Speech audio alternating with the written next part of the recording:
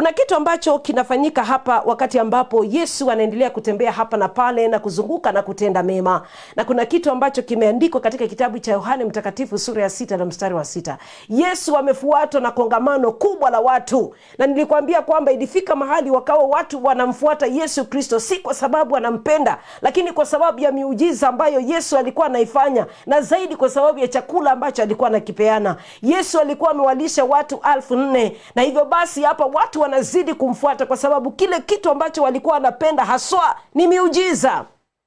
Wakati mwingine nikakuuliza hapa, why do you follow Jesus? Why do you wake up very early in the morning? Is it because you just need the blessings alone? Ama ni kwa sababu unataka kutembea hakika na Yesu? Ikawa watu wamefika ile point ya tunamfuata Yesu kwa sababu tunataka kile kitu ambacho anapeana. Tunamfuata Yesu kwa sababu ya ile miujiza ambayo anapeana. Tunamfuata Yesu kwa sababu tunajua anataka atuponye. Lakini wao wenyewe hawatafuti uhusiano na huyu Yesu Kristo. Nilikuuliza hivyo na nikakwambia mpendwa, kwa kumfuata Yesu, kwa kuamka kwako kila asubuhi, kwa kumtafuta Bwana, iwe ni njia yako ya kuweza kumtafuta Bwana kwa uweze kupata uzima wa milele.